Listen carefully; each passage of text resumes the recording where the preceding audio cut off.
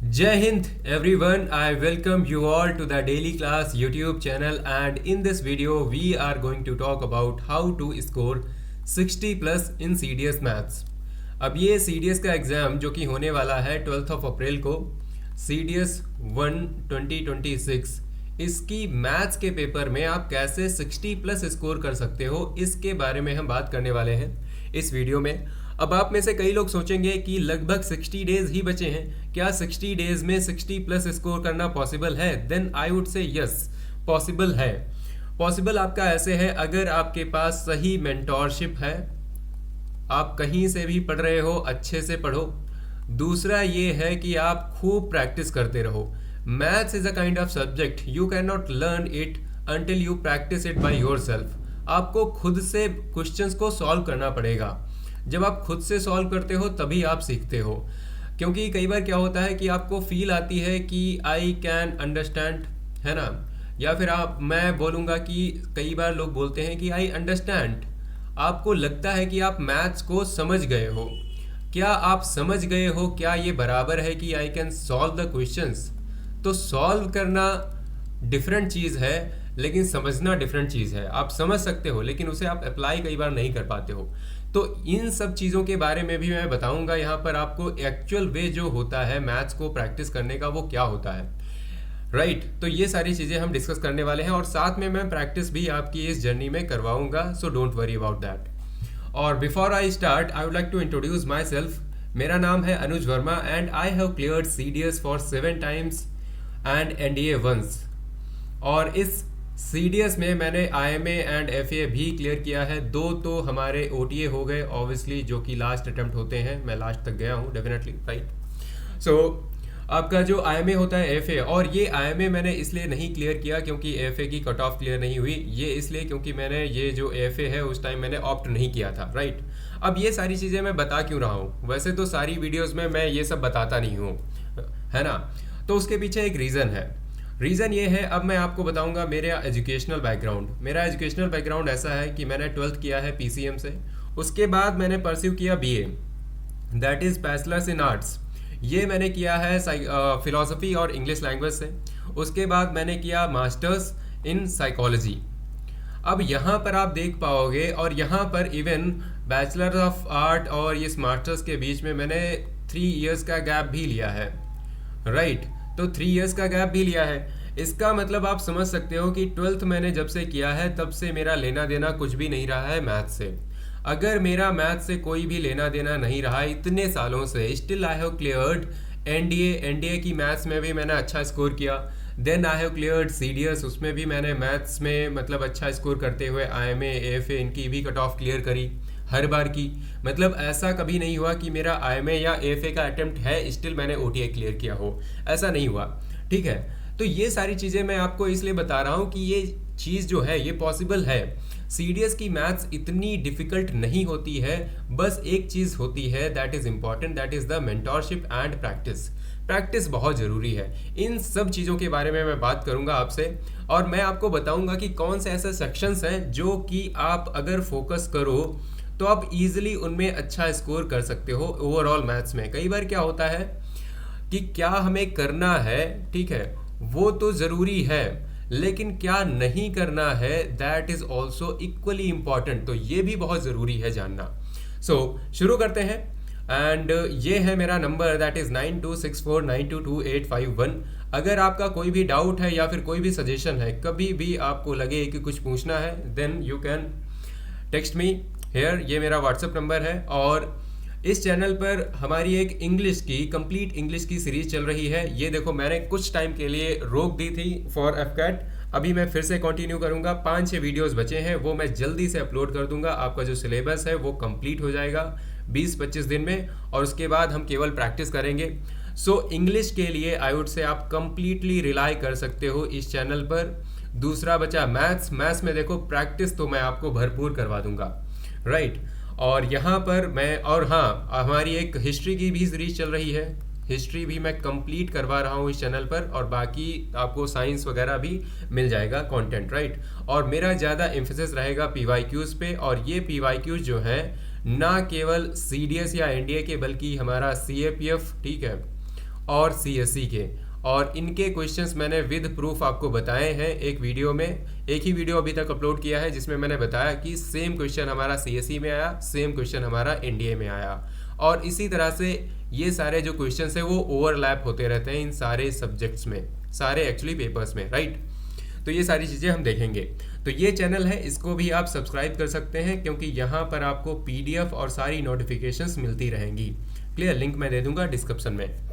चलो शुरू करते हैं। तो सबसे पहले हम बात करते हैं टॉपिक और एवरेज की, ठीक है, टॉपिक्स और वेटेज की। अब ये पिछले 5 साल का एवरेज है, ठीक है। मैंने एग्जैक्ट यहाँ पर क्वेश्चंस आपको नहीं बता रहा हूँ, लेकिन मैं आपको एवरेज बता रहा हूँ, नंबर ऑफ क्वेश्चंस जो आते हैं। ये 2021 से 2025 के बीच में इतने क्वेश्चंस इन पर्टिकुलर सेक्शन से पूछे गए हैं। अगर हम बात करें ज्योमेट्री की, तो ज्योमेट्री में 13 to 14 क्वेश्चंस आपके आते ही हैं हर पेपर में। तो ये देखो एवरेज है, तो यहाँ पर ये वैरी करता है, देखो 9 से लेकर के 18 या 19 तक भी वैरी कर सकता है। तो इतने सारे क्वेश्चंस ये आ जाते हैं, ये आपका एवरेज है, 13 to 14 तो आते ही हैं। फिर आ गया मेंसुरेशन, मेंसुरेशन भी एवरेज है आपका 18 to 20 क्वेश्चंस। फिर है अलजेब्रा, अब अलजेब्रा में भी 15 to 16 क्वेश्चन आपका हो गया average. Then we come to know that is number system, number system में आपका 9 to 10 क्वेश्चंस हो गए। देन ट्रिग्नोमेट्री, ट्रिग्नोमेट्री में 11 to 12 क्वेश्चंस। स्टैटिस्टिक्स, इसमें 6 to 7 क्वेश्चंस। अब यहाँ पर आता है दो टॉपिक आपके आते हैं, पहला है अरिथमेटिक, दूसरा है कोऑर्डिनेट ज्योमेट्री। अब कोऑर्डिनेट ज्योमेट्री ऐसा है कि 2 से 3 क्वेश्चन 1-2 बार पूछे गए, कई बार यहाँ से 0 क्वेश्चन आए, सो इसको आप कंप्लीटली लीव कर सकते हो। दूसरा बचा अरिथमेटिक। अब यार जिसकी अरिथमेटिक अच्छी है, ठीक है, जिसकी FCAT में मान लिया, जो FCAT अभी दे के आया है उसकी ऑब्वियसली मैं मान के चलता हूँ अरिथमेटिक अच्छी होगी, तो वेल एंड गुड, आप करते रहो, ठीक है। लेकिन बहुत ज़्यादा एम्फेसिस इस पर मत देना, क्योंकि आपका ये एवरेज है 13 to 14 क्वेश्चंस, इससे ज़्यादा क्वेश्चंस इसमें नहीं आते हैं। 15 से ज़्यादा इसमें क्वेश्चन एक्चुअली इस सेक्शन से नहीं आते हैं, राइट। और इसमें सब टॉपिक अगर आप देखो तो बहुत सारे हैं, परसेंटेज हो गया, इंटरेस्ट हो गया, सिंपल और compound, mixture and allegation, ratio and proportion, तो बहुत सारे एक्चुअली सब टॉपिक्स हैं। और आपको नंबर कितने मिलने वाले हैं, 13 to 14 क्वेश्चंस। अब कई बैच में या फिर कई जगह आप देखोगे, मतलब परसेंटेज पे 3 क्लासेस होंगी, क्वेश्चन कितने आने हैं, 1 या 2, ठीक है। तो ऐसी चीज़ पे हमें फोकस नहीं करना होता। देखो स्मार्ट गेम जो होता है वो इसी तरह होता है कि आप क्या करते हो, आप कम टाइम में, ठीक है, आप मिनिमम इनपुट देते हो, ठीक है, आप मिनिमम इनपुट दो और आपको मैक्सिमम आउटपुट मिल सके।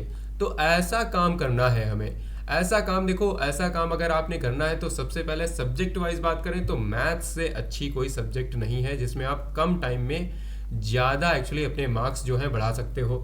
मतलब आपको मेहनत, मान लिया आप 2 घंटे GS में करते हो तो आप हो सकता है 2-3 क्वेश्चन, 1-2 क्वेश्चन आप सिक्योर कर पाओ, पक्का नहीं है। सेम इंग्लिश में है, इंग्लिश में हाँ ठीक है, ठीक ठाक चांसेस होते हैं, लेकिन मैथ्स आपने अगर 2 घंटे प्रैक्टिस कर ली, इसका मतलब आपने 2 से 3 क्वेश्चन तो डेफिनेटली सिक्योर कर लिए, ठीक है, अगर अच्छे से करी तो।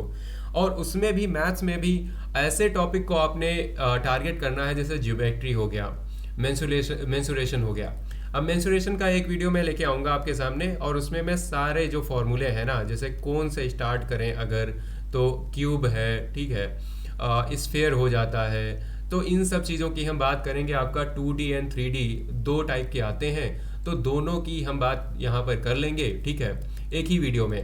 तो थोड़े से फॉर्मूले होते हैं और वो फॉर्मूले भी आपको रटने नहीं हैं, आप जब प्रैक्टिस करोगे अगेन, ठीक है, क्योंकि हमारा जो एम्फेसिस रहेगा वो प्रैक्टिस पर ही रहेगा। और ये प्रैक्टिस मैं आपको खुद से करवाऊंगा, खुद से मतलब मैं तो सॉल्व करूंगा, लेकिन उससे पहले मैं आपको क्वेश्चंस दिया करूंगा, उसके लिए मैं बताऊंगा कि कहाँ पर ये क्वेश्चंस आपको मिलेंगे, राइट।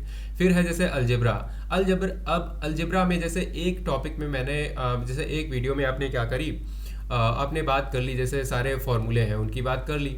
अब उसके बाद क्या करना है, उसके बाद क्वेश्चंस लगाओ, क्वेश्चन लगाते लगाते सीख ही जाओगे, क्या दिक्कत है ना। ऐसे ही ज्योमेट्री है, नंबर सिस्टम भी बढ़िया चैप्टर होता है। इसमें देखो शुरुआत में एफर्ट लगता है, ऐसा है कि मतलब आप जब सीख रहे हो ना तब आपको एफर्ट लगाने पड़ते हैं, लेकिन एक बार अगर आपने सीख लिया ना फिर क्वेश्चन बड़ी ही आसानी से बनते हैं, बहुत जल्दी जल्दी बनते हैं। फिर बचा ट्रिग्नोमेट्री। अब ये यार बहुत ही आसान सब्जेक्ट है, ठीक है, बहुत ही आसान, मतलब एक टॉपिक है जिसको आप इजीली बढ़िया से कर सकते हो। कुछ सर्टेन फार्मूले होते हैं, प्रैक्टिस के साथ में बहुत अच्छे से हो जाएगा। अब वही बात आती है स्टैट्स की। अब स्टैट्स में क्या होता है कि कुछ चंद फॉर्मूले हैं और जिनको आपने एक बार पढ़ लिया उसके बाद आपने जो मार्क्स हैं वो सिक्योर कर लिए, ठीक है। तो इस तरीके से काम चलता है हमारा। तो यहाँ पर मैं आपको क्या बताने वाला हूँ कि आपने कुछ टॉपिक्स पर अपनी कमांड जो है स्ट्रॉन्ग करनी है। कौन कौन से वो हो सकते हैं, जैसे ज्योमेट्री हो गया, मेंसुरेशन हो गया, ये दोनों एक जैसे होते हैं और यहाँ से आपके 30 to 35 क्वेश्चंस हो जाएंगे। तो यहाँ से क्यों ना अपनी कमांड जो है एकदम स्ट्रॉन्ग करके चलें हम। फिर आता है आपका अलजेब्रा। अब अलजेब्रा भी अच्छी सब्जेक्ट है, अब अच्छा टॉपिक है, मतलब यहाँ से थोड़ा सा इजी है। एलसीएम एचसीएफ आता है और कुछ फैक्टर्स वगैरह वाले क्वेश्चन हैं जो कि इजीली हो जाते हैं, एक दो बार आपने देखा उसके बाद समझ में आ जाएगा।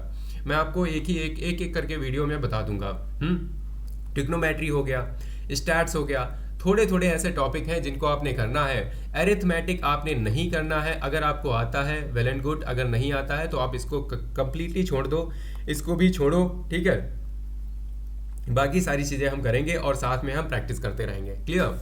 चलो और आगे बढ़ें। तो अब देखो बात आती है शेड्यूल की। अब 2 मंथ का एक शेड्यूल यहाँ पर आपके सामने चलने वाला है, ठीक है। 2 मंथ प्लान मैं आपको बताऊंगा। इसमें क्या है, देखो मैंने वीकली एक्चुअली डिवाइड किया है। ये 9 फेब से आपका जो प्लान है वो एक्टिवेट होगा, ठीक है। प्लान मतलब एक्टिवेट होगा, ये आपका शेड्यूल रहेगा। अगर किसी को मेरे साथ में प्रैक्टिस करनी है, ठीक है, तो आप मुझे ज्वाइन कर सकते हैं और ये मैं आपको एक्चुअली प्रोवाइड करूँगा टेलीग्राम पे। एक कंप्लीट शेड्यूल प्रोवाइड करूँगा डे वाइज कि आपको किस दिन क्या करना है, और ये चलेगा 5 अप्रैल तक, ठीक है। ये इतना बड़ा एक्चुअली मैं आपको शेड्यूल एक टाइप का प्रोवाइड करने वाला हूँ, एक प्लान, ठीक है, टेलीग्राम पर, ठीक। तो उसमें क्या होगा, उसमें पूरा ये शेड्यूल, पूरा प्लान उसमें दिया गया होगा, ठीक है। आपको 5 अप्रैल तक क्या करना है, और आई हैव मेड श्योर कि आपका जो 1 वीक है लास्ट वाला वो बच सके। ये जो लास्ट वाला 1 वीक बचेगा, क्योंकि पेपर तो आपका 12 अप्रैल को है ना, पेपर आपका 12 अप्रैल को है।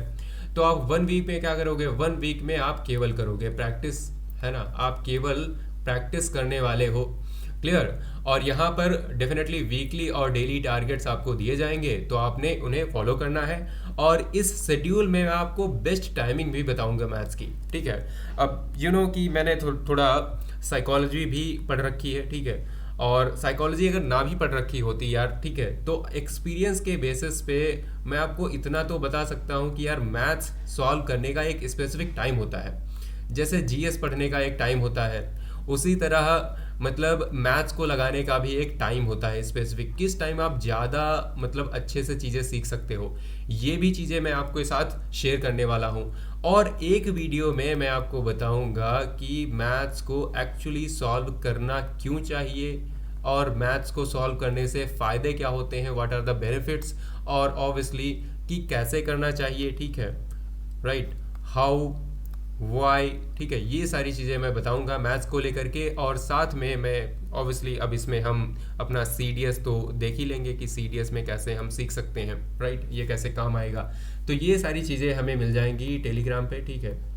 टेलीग्राम पे आपको एक शेड्यूल मैं प्रोवाइड कर दूंगा बिफोर 9 फेब, ठीक है। ये 9 फेब मतलब आज कितनी है, अभी जब वीडियो अपलोड होगा that would be on 6, right, 6 Feb को हो जाएगा वीडियो, और उसके बाद आज ही मिल जाएगा, ठीक है, आज ही मिल जाएगा। उसके बाद आपने फॉलो करना है, यहाँ से स्टार्ट कर देना है। क्लियर? जो लोग थोड़ा सा बाद में देखेंगे वो ज़्यादा टेंशन ना लें, ठीक है, क्योंकि देखो क्या होता है कि आपने अगर थोड़ा सा लेट भी कर दिया तो डोंट वरी, आप फिर भी कर सकते हो। एक बहुत ही अच्छी एक कोटेशन है हेनरी फोर्ड की, मुझे याद आती है। उन्होंने क्या बोला था कि if you can you can, if you think you can you are right, if you think you can't you are right. तो ये कहते हैं कि अगर आपको लगता है कि आप कर सकते हो आप सही हो, अगर आपको लगता है कि आप नहीं कर सकते फिर भी आप सही हो। मतलब वो कुल मिला के आपके ऊपर डाल रहे हैं कि आपकी माइंडसेट क्या है, आपकी सोच क्या है ना। चलो और आगे बात करते हैं। तो क्वेश्चन की प्रैक्टिस हम कैसे करने वाले हैं, मैंने बताया ना कि मैं आपको प्रैक्टिस वगैरह करवाऊंगा, तो कैसे हम करने वाले हैं। सो प्रैक्टिस हम डेफिनेटली ऐसे करने वाले हैं कि ये है एक टेलीग्राम चैनल हमारा, ठीक है। ये आपने करना है ज्वाइन, ठीक है। ये आपने ज्वाइन करना है। यहाँ पर मैं आपको क्वेश्चंस प्रोवाइड किया करूँगा, ठीक है। ये हम 1 वीक में एटलीस्ट 3 सेशन करेंगे, ठीक है, एटलीस्ट 3 सेशन। और इन सेशन में एक्चुअली हम 10-10 क्वेश्चंस करेंगे। बाकी आप बता सकते हो मुझे कि कितने हमें करना चाहिए, कैसे क्या करना चाहिए, लेकिन हम हर वीक में ये 10-10 क्वेश्चंस के 3 सेशंस करेंगे, ठीक है। और इनको पहले मैं आपको प्रोवाइड करूंगा टेलीग्राम पे, ये आपने सॉल्व करने हैं खुद से, और उसके बाद उन्हीं क्वेश्चंस को मैं एक्सप्लेन किया करूंगा यहाँ पर यूट्यूब पे, राइट। तो इस तरीके से हम प्रैक्टिस करने वाले हैं, और साथ में मैं आपको खुद से सॉल्व करने के लिए शीट भी प्रोवाइड कराऊंगा। और शीट ये डेफिनेटली इंस्पायर्ड होगी PYQ से, ठीक है, PYQs, क्योंकि मेरा मानना है यार PYQ से अच्छा कोई सोर्स है ही नहीं। तो ये हम करेंगे। बाकी मेथड क्या हो सकता है, क्वेश्चन प्रैक्टिस का मेथड क्या होता है, ये वाली बात जो मैंने अभी आपको बताई कि कई बार आप जब one shot, head shot, deadly shot देख रहे होते हो और आपको लगता है कि यार आई अंडरस्टैंड दिस, है ना। आपने एक कॉन्सेप्ट देखा नंबर सिस्टम का और आपको लगा यार मुझे तो समझ आ गया, ये क्या ये आपको गारंटी देता है कि you can solve this, you can understand this, but can you solve this. यहाँ पर बहुत लोगों को कंफ्यूजन आता है। मैंने बहुत लोगों से बात करी है, वो यही कहते हैं कि यार जब वीडियो देख रहे होते हैं या फिर किसी भी कॉन्सेप्ट को समझ रहे होते हैं तो लगता है समझ में आ गया, वेल एंड गुड है। उसके बाद जब एग्जाम में बैठते हैं तो लगता है कि क्या पढ़ा था, कुछ समझ ही नहीं आ रहा, ये क्वेश्चन सॉल्व ही नहीं हो रहा, क्योंकि आपने इनफ प्रैक्टिस नहीं करी है। वो जो टीचर आपको पढ़ा रहा है ना, वो बहुत अच्छा पढ़ा रहा है और उसकी बिल्कुल भी गलती नहीं है। ये गलती आपकी है कि आपने इनफ प्रैक्टिस नहीं करी, आपने क्वेश्चंस को सॉल्व नहीं किया, आप कंप्लीटली रिलाय कर गए। रिलाय किसी पे नहीं करना है, राइट। किसी पे भी आप कंप्लीटली रिलाय नहीं कर सकते जब तक खुद से खुद का ब्रेन नहीं अप्लाई करोगे, ठीक है। और ब्रेन का सिस्टम यही होता है कि जब आप अपना ब्रेन अप्लाई करते हो, आपके जो न्यूरॉन्स हैं वो एक्टिव होते हैं, आपकी जो कॉग्निटिव एबिलिटी है वो स्ट्रांग होती है, ठीक है। तो आपका दिमाग तेज चलता है। और यहाँ पर एक्चुअली एक और चीज़ मैं आपको बताने वाला हूँ, ठीक है। 2 चीज़ें होती हैं। एक होता है कि आप एक टाइप के क्वेश्चंस करो, प्रैक्टिस कर रहे हो जब, ठीक है, तो फिर you are solving 1 kind of questions, ठीक है। यहाँ पर कह सकता हूँ मैं 1 काइंड ऑफ क्वेश्चंस, ठीक है। दोनों के यहाँ पर फायदे होते हैं अपने अपने, और यहाँ पर है मिक्स्ड क्वेश्चंस, ठीक है। तो ये है क्या, ये है मिक्स्ड क्वेश्चंस। तो आपने यहाँ पर देखा कि 2 चीज़ें लिखी हुई हैं, एक है पैटर्न मेमोराइजेशन, एक है पैटर्न आइडेंटिफिकेशन। तो कई बार क्या होता है जब आप एक ही तरह के क्वेश्चन सॉल्व करते हुए जाते हो ना, आपने उठाया मान लिया अलजेब्रा, ठीक है, और आपने अलजेब्रा के ही मतलब 50-60 क्वेश्चन आप सॉल्व करते हुए जा रहे हो और कुछ सॉल्व ही नहीं कर रहे हो, राइट। तो आपके माइंड में कहीं ना कहीं वो पैटर्न जो है वो मेमोराइज हो जाता है, आपको पता रहता है कि ये किस टाइप से क्वेश्चन पूछा गया है। तो आप सॉल्व कर लेते हो। वहीं पर जैसे ही आपके सामने मिक्स्ड क्वेश्चंस आते हैं तो जिस टॉपिक से आप क्वेश्चन कर ले रहे थे उसी टॉपिक का क्वेश्चन आपसे नहीं होता है कई बार। तो इससे कहते हैं यहाँ पर आप पैटर्न को आइडेंटिफाई नहीं कर पा रहे हो, क्योंकि यहाँ पर आपको बहुत से टॉपिक के क्वेश्चंस मिल रहे हैं, वहाँ से आपको आइडेंटिफाई करना है खुद से कि ये किस टॉपिक से क्वेश्चन आपसे पूछा गया है ना। इसलिए देखो दोनों चीज़ें इंपॉर्टेंट हैं, तो हम दोनों तरीके से ये चीज़ें करेंगे, राइट। चलो, सो अगर मैथ्स को सॉल्व करने का कोई मैं गोल्डन रूल आपको बताऊं तो गोल्डन रूल देखो एक ही है कि struggle before seeing the solution. ये है गोल्डन रूल। और यहाँ पर एक चीज़ की तो बात हो ही नहीं, दैट इज़ द सोर्स, है ना, कि सोर्स आपका क्या होना चाहिए मैथ्स में। तो सोर्स की मैं अगर बात करूं तो अभी तो देखो वैसे मैं रिकमेंड करता कि आप NCERT ले लो। NCERT आपकी 9th और 10th की, अगर आपने कभी जीवन में पढ़ी हैं ये 2 बुक तो आप उठा लो अभी, क्योंकि आप जल्दी से इनको समझ पाओगे, क्योंकि आप ऑलरेडी जीवन में कभी ना कभी तो पढ़ चुके हो। अगर आपने नहीं पढ़ी है कभी तो आप अभी NCERT मत उठाओ, आप उठाओ RS अग्रवाल, ठीक है। RS अग्रवाल हो गया, ठीक है, ये बुक आप ले सकते हो। और सबसे अच्छा सोर्स जो है वो आपको 10 PYQs उठाने हैं पिछले 5 साल के। पिछले 5 साल के उठाओगे 10 PYQs हो जाएंगे और यहाँ पर आपको क्वेश्चन मिल जाएंगे 1000। अब 1000 क्वेश्चन आपको मिल गए। अब ये 1000 क्वेश्चन आपको सॉल्व करने हैं एट लीस्ट 3 टाइम्स। अगर आपने 3 बार इन क्वेश्चंस को सॉल्व कर लिया, इसका मतलब आपकी मैथ्स ना बहुत अच्छी हो जाएगी। और आपने क्या करना है, आपने टारगेट ये करना है कि एट लीस्ट आपको 20 क्वेश्चंस डेली सॉल्व करने ही हैं। ठीक है, आपने at least 20 questions daily solve करने ही है। आपका बेयर मिनिमम टारगेट होना चाहिए, आपका मिनिमम टारगेट होना चाहिए कि मैंने जो भी थ्योरी वगैरह पढ़ी है, और ये थ्योरी से हटके है, मतलब एक टीचर ने सॉल्व करवाया क्वेश्चन, ठीक है, वो सारी बातें अलग की हैं। ये जो 20 क्वेश्चंस हैं ये आपके सॉल्व होने चाहिए पेन एंड पेपर के साथ, without any gadget, without any solution. आपने फिर बाद में इन क्वेश्चंस को, ये आपके होने चाहिए एकदम एग्जाम मोड में।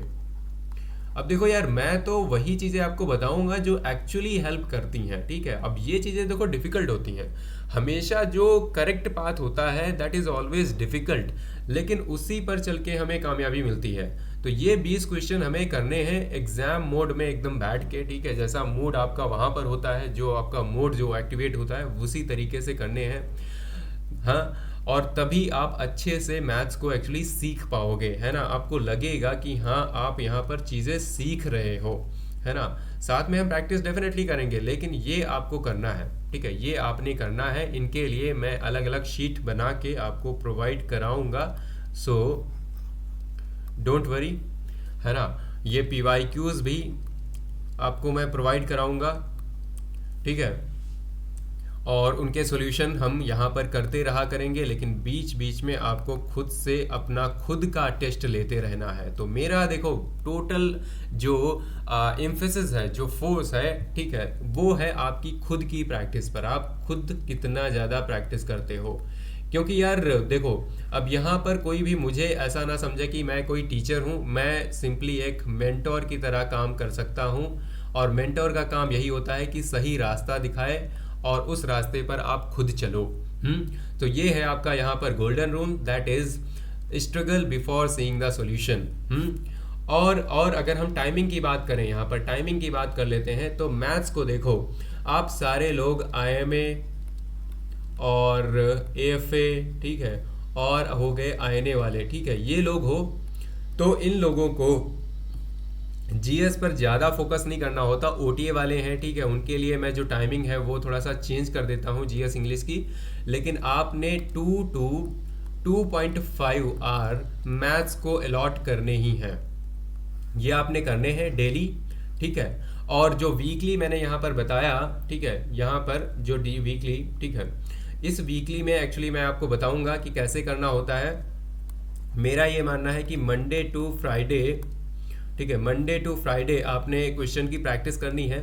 फिर सैटरडे को आपने हर एक चीज़ का रिवीजन करना है, ठीक है, और फिर संडे को आप थोड़ी सी प्रैक्टिस कर सकते हो, बाकी थोड़ा सा चिल करो, फिर आप मंडे को स्टार्ट करो, राइट। तो इस तरीके से आपकी पढ़ाई जो है वो होनी चाहिए। लेकिन फॉर द टाइम बिंग अभी टाइम कम बचा है, तो संडे का जो चिल वाला है वो तो टाइम हम कट करेंगे, ठीक है, ये हम कट करेंगे और हम उसको भी प्रैक्टिस में डालेंगे। कितनी ज़्यादा प्रैक्टिस कर सकते हैं, कहते हैं ना कि the more you sweat in practice the less you bleed in war.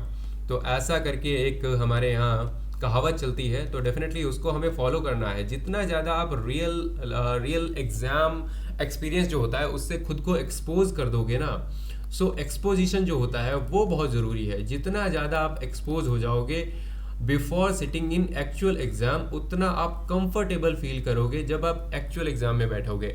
मैं अपनी यार कहानी बताऊं कि मैंने जब NDA का एग्ज़ाम दे रहा था, ठीक है, तो NDA के कई अटेम्प्ट मेरे नहीं क्लियर हुए थे, ठीक है, कई एग्ज़ाम नहीं क्लियर हुए थे। तब मैंने खुद से खुद से बहुत सारा एनालाइज किया, ठीक है। मैंने मतलब अभी भी मेरे पास बहुत सारी रफ कॉपीज़ पड़ी हैं जिनमें मैंने पता नहीं कितने रूटीन बनाए हैं। आज मैं देखता हूँ बड़ा ही बचकाना सा लगता है, ठीक है, बहुत रूटीन बनाए हैं, खूब रूटीन बनाता था, अलग अलग तरीके, राइट।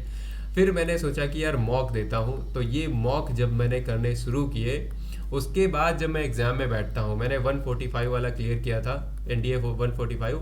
तो इसमें जब मैं बैठा, उस टाइम कोविड था, तो जब मैं बैठा मुझे इतना कंफर्टेबल फील हो रहा था क्योंकि मैं ऑलरेडी उस माहौल में कई बार बैठ चुका था।